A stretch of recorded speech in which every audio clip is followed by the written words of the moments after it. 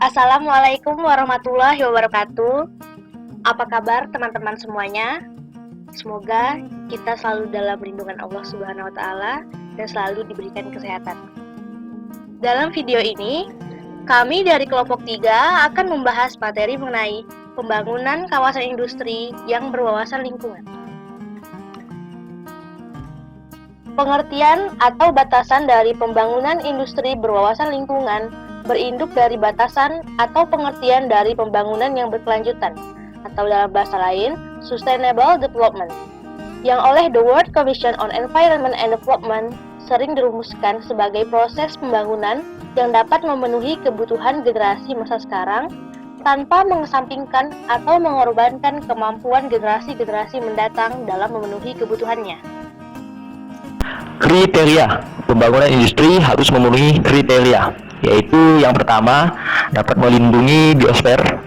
Ini menyangkut pemeliharaan kualitas lingkungan hidup untuk menjamin kehidupan yang sehat dan nyaman, terutama cuaca atau udara. Daya dukung sistem sumber daya alam, serta pemeliharaan daya serap maupun daya asimilasi sistem lingkungan, udara, air, dan tanah terhadap pencemaran emisi maupun limbah. Yang kedua, mendayagunakan modal dengan efisien. Harus mampu mendayagunakan seefisien mungkin modal buatan dan modal alami, man-made and natural capital. Penerapan prinsip ini dalam kegiatan industri lazim dijabarkan dalam penggunaan teknologi yang efisien, yaitu yang minimum dalam pemakaian input, baku mutu, energi, dan sebagainya. Persatuan output atau maksimalisasi output persatuan input. Yang ketiga, penerapan prinsip equality. Harus menerapkan prinsip adil dan pemerataan yang dapat mencangkup pengertian. Yang pertama, keadilan dalam memikul beban atau pengorbanan maupun menikmati manfaatnya.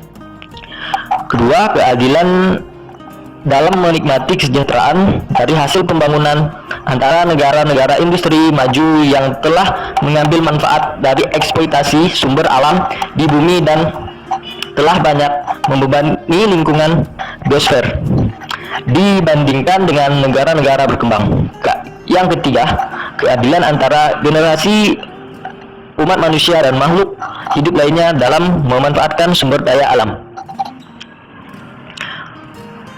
Berbagai hal di dalam kriteria tersebut mengandung makna upaya yang terus-menerus dilakukan guna memelihara kelestarian fungsi dan keseimbangan ekologi agar kegiatan pembangunan dapat berkelanjutan tanpa menimbulkan gangguan, korban, kerugian, dan kerusakan terhadap lingkungan hayati dan non-hayati, utamanya sebagai akibat dari pencemaran. Dalam rangka mewujudkan pembangunan yang berwawasan lingkungan tersebut, terdapat berbagai langkah-langkah kebijaksanaan yang dapat ditempuh antara lain berupa 1. Pengembangan teori-teori tata ruang dan pengaturan lokasi industri melalui pengembangan industri STT. 2. Memperkenalkan prinsip-prinsip teknologi yang akrab lingkungan dalam arti seefisien mungkin penggunaan energi dan seminimal mungkin menghasilkan limbah. 3. Melakukan penelitian aspek-aspek lingkungan baik melalui mekanisme andal, BML atau NAB, serta monitoring pelaksanaannya. Penerapan aspek hukum yang bersifat penerapan sanksi dan penghargaan bagi yang berprestasi dan sebagainya. Kawasan industri berwawasan lingkungan. Kawasan industri yang berwawasan lingkungan sendiri merupakan sekumpulan industri yang saling bersinergi satu sama lain, yang tidak hanya dalam pengelolaan limbahnya, akan tetapi juga dalam pemanfaatan energi dan bahan baku, sehingga akan terbentuk suatu ekosistem industri yang analog dengan ekosistem alam. Tinggi dan beragamnya pencemaran yang ditimbulkan dari kegiatan industri membuat industri diarahkan untuk terkumpul pada suatu tempat. Hal ini dimaksudkan agar pencemaran yang ditimbulkan dapat dikelola secara bersama-sama. Pengelolaan secara bersama ini akan menurunkan biaya pengelolaan limbah bagi setiap industri, sehingga setiap industri tidak merasa mengurangi keuntungan terlalu besar. Prinsip ekosistem alam diterapkan dalam hubungan antar industri, sehingga energi yang digunakan tidak terbuang dan limbah yang dihasilkan dapat dimanfaatkan kembali atau dimanfaatkan oleh industri lain sebagai bahan baku.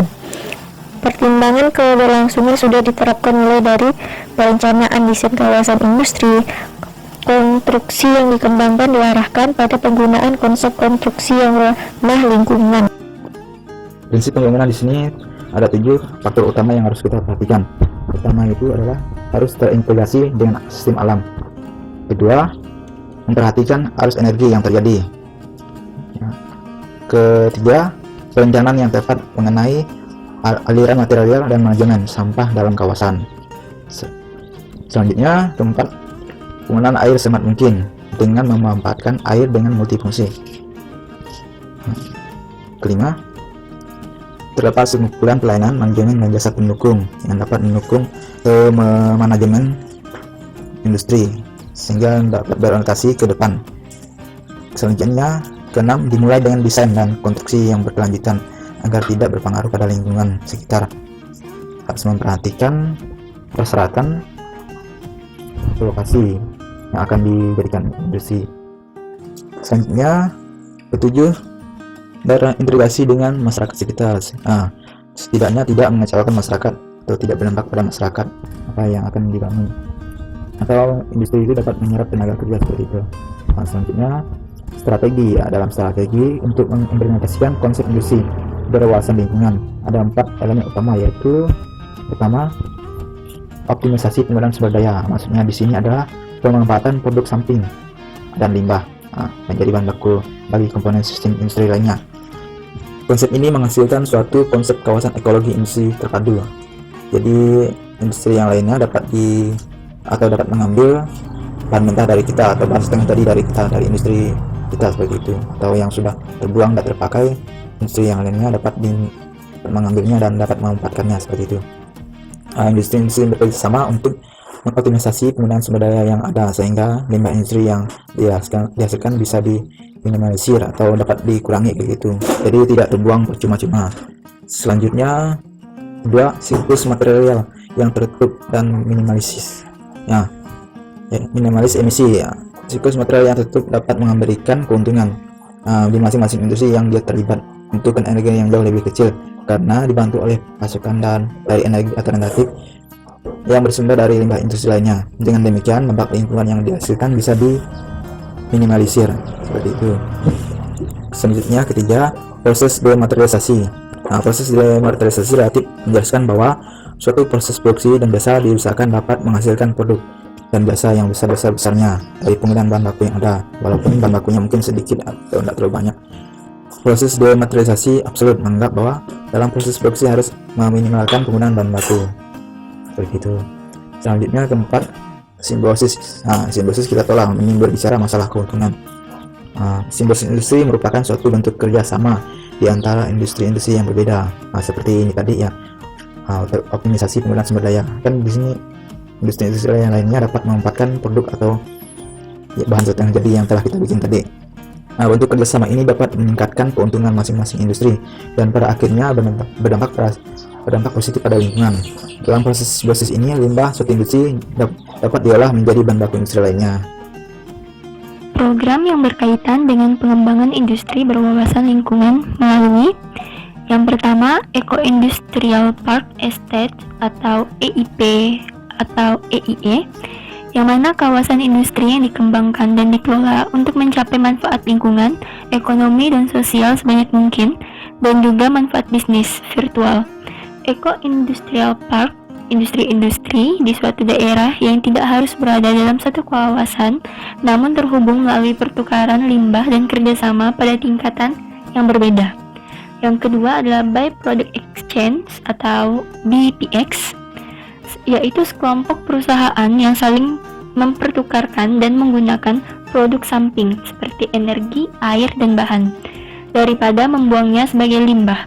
Istilah-istilah yang sering dipakai BPX adalah Industrial Ecosystem, By-Product Synergy, Industrial Symbiosis, Industrial Recycling Network, Green Training, Zero Emission Network. Yang ketiga adalah Eco-Industrial Network atau EIN, yaitu sekelompok perusahaan di suatu daerah yang bekerja sama untuk meningkatkan kinerja lingkungan, sosial, dan ekonomi. Berikutnya adalah dasar desain dan konstruksi yang berkelanjutan. Terdiri dari dua aspek. Yang aspek pertama yaitu diterapkan mulai dari pengembangan, perencanaan, desain, konstruksi, operasi, dan dekonstruksi. Yang kedua yaitu aspek yang perlu dikembangkan meliputi sumber daya energi, air, bahan baku, dan tanah. Prinsip desain dan konstruksi berkelanjutan. 1. Konservasi.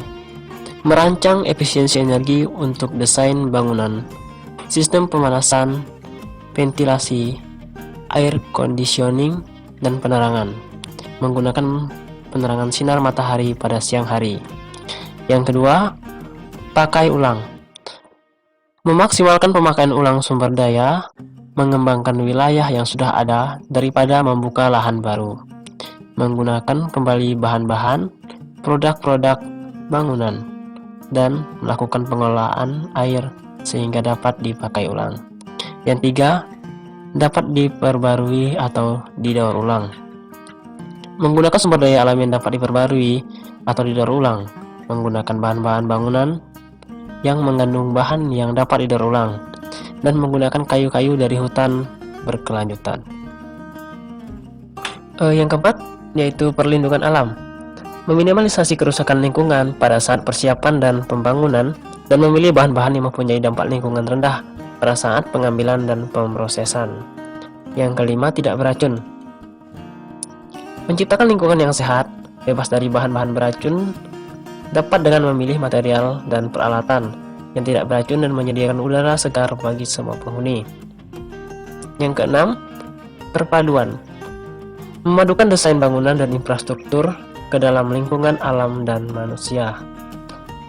Ya, baiklah. Inilah hasil presentasi dari kami. Mohon maaf jika ada kesalahan. Jika kurang dimengerti, mohon ditanyakan. Terima kasih.